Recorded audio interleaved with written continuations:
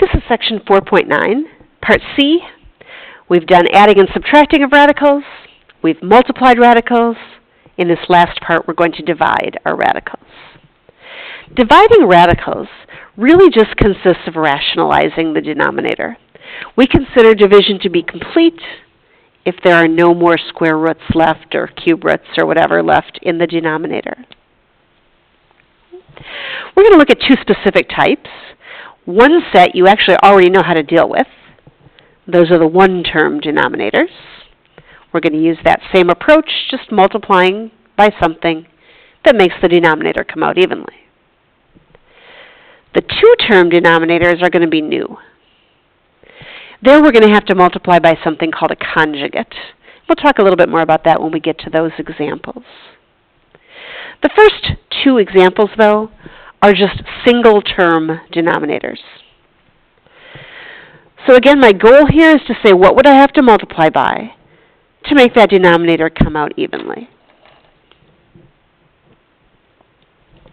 So I have square roots. Right now I've got a 12.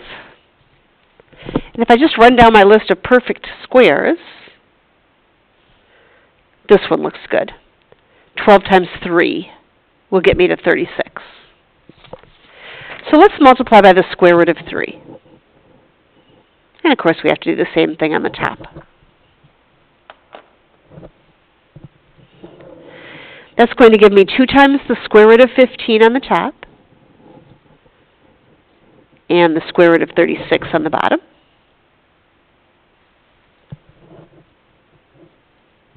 On the bottom, that's really just 6. And notice that the two outside numbers, not under the radical, can both be divided by 2. So I can actually just reduce that to 1 square root of 15 over 3. Again, no different than the process we used in the last section when we were talking about rationalizing denominators. Let's review one with a cubed root. Looking at this, doesn't come out evenly right now. So I would like to multiply by something that makes it come out evenly.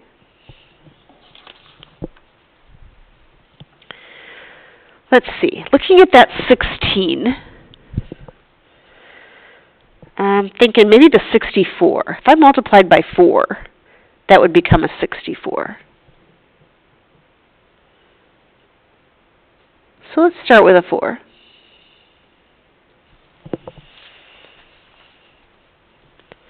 Now the x squared, I'd really love that to be an x cubed, so I could take the cube root. So let's just multiply by an x to get an x cubed there.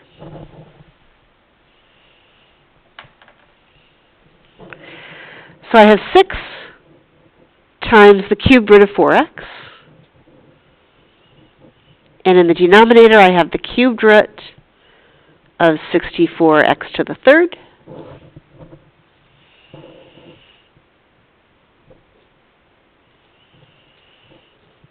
The cube root of 64 is 4, and that'll just become an x to the first. And once again, I have a little reducing I can do. 6 and 4 are both not under radicals, so it's okay to divide them by 2. Make that a 3 and a 2.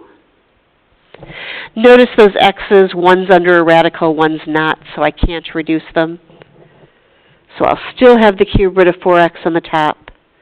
I'll still have just a plain old x on the bottom. And that's done.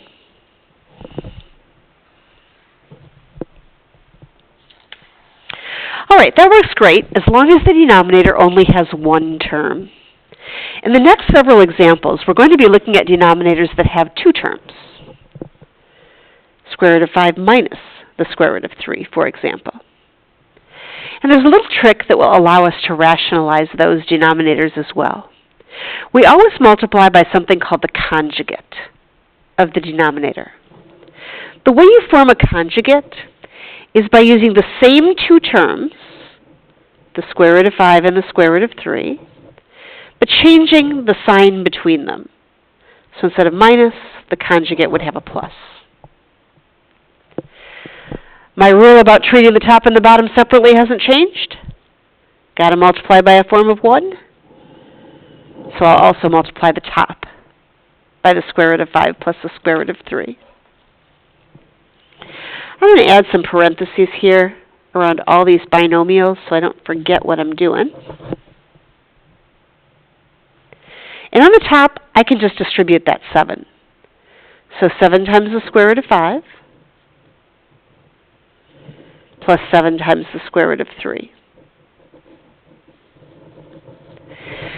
The denominator is where the interesting stuff happens. This is a FOIL problem, right? The firsts would be the square root of 25.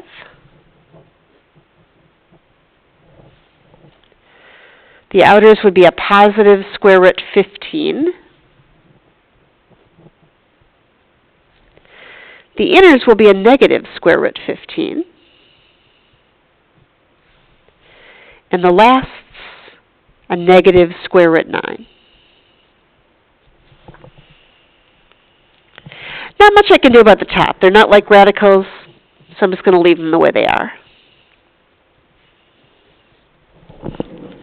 But some really good things happen on the bottom. First of all, you may have noticed that the like radicals are a positive square root 15 and a negative square root 15. So those add up to 0. I can get rid of those. Then the square root of 25 is 5, minus the square root of 9 is 3, and I have no more radicals left on the bottom, which was my whole goal. To finish this one up, I'll just go ahead and actually do the arithmetic in the denominator. 5 minus 3 is 2. Can't reduce anything overall, so I'm done.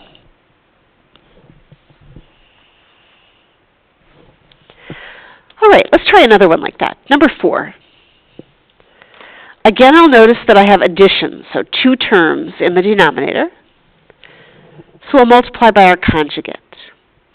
I'd still have the 4, and I'd still have the square root of 2. But instead of plus, I'll have a minus in between. That's my conjugate. Must multiply by the same thing on the top. And once again, I'm going to put in a bunch of parentheses to keep things that are able to keep track of them. All right, on top, I'm just going to distribute. 2 times 4 would be 8, square root 3, minus 2 times the square root of 6. Again, remember, outsides with outsides, insides with insides. On the bottom, the firsts would be 16. The outers, I would have a negative 4 times the square root of 2. And in the inners, that's going to be a positive 4 times the square root of 2. And then on the lasts, negative square root 4. If you do your conjugates correctly, the inner and outer terms should cancel every single time. Notice again, those were opposites. They add up to 0.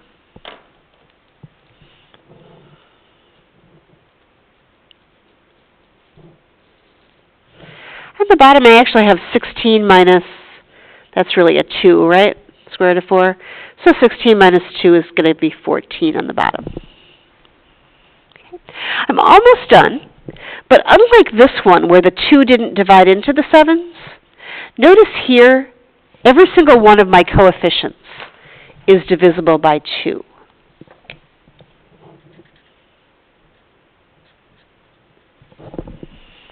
So I'm going to go ahead and divide by that form of 1, 2 over 2, to reduce this fraction to its lowest terms. I'll get 4 square root 3 minus just 1 square root 6 over 7. And we're done.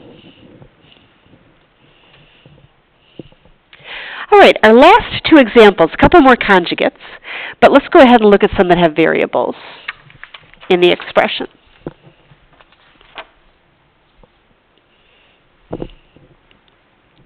At least number 5 does, I guess. Right away I see the 2 terms, and I know I'm going to have to multiply by the conjugate. 5 square root x plus 2.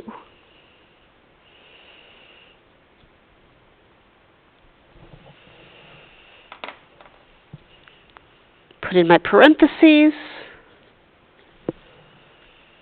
and distribute on the top.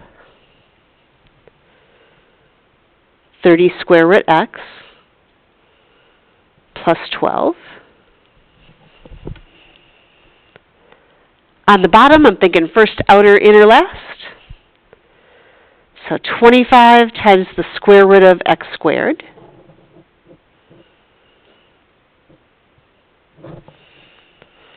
In the outers, I would have a positive 10 times the square root of x. And the inners, there's that negative 10 times the square root of x. Not surprising, outers and inners are always canceling here. And then a minus 4.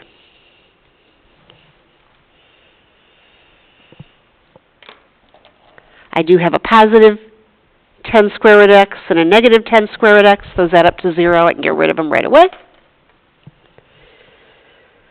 So I've got 30 square root x plus 12.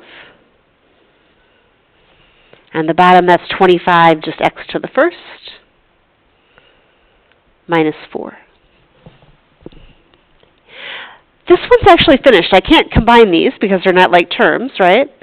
And if I look at the 30, the 12, the 25, and the 4, there's nothing that goes into all of those numbers. So I can't reduce at all. I'm just done. All right, our last conjugate actually doesn't have any variables, but there's one thing that happens in this one that we haven't looked at yet. So good last example to do here. Once again, as soon as I see my two terms in the denominator, right away I know that I want to multiply by the conjugate.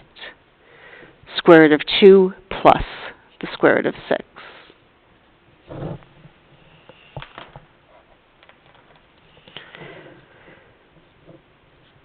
Parentheses all over the place here. And this is the thing that's just slightly different than the others. Notice this time we actually are going to have that FOIL process on both the top and the bottom.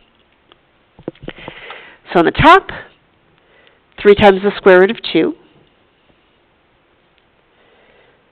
plus 3 times the square root of 6 plus the square root of 10. And the last would be plus the square root of 30.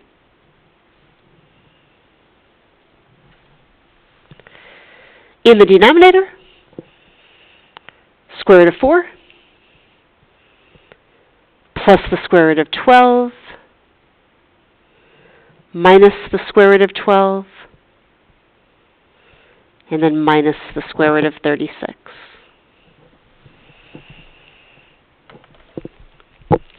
In the numerator, these are all unlike radicals, and none of them break down in a useful way. So this is just going to be kind of a big mess, but all I can do is recopy that whole numerator.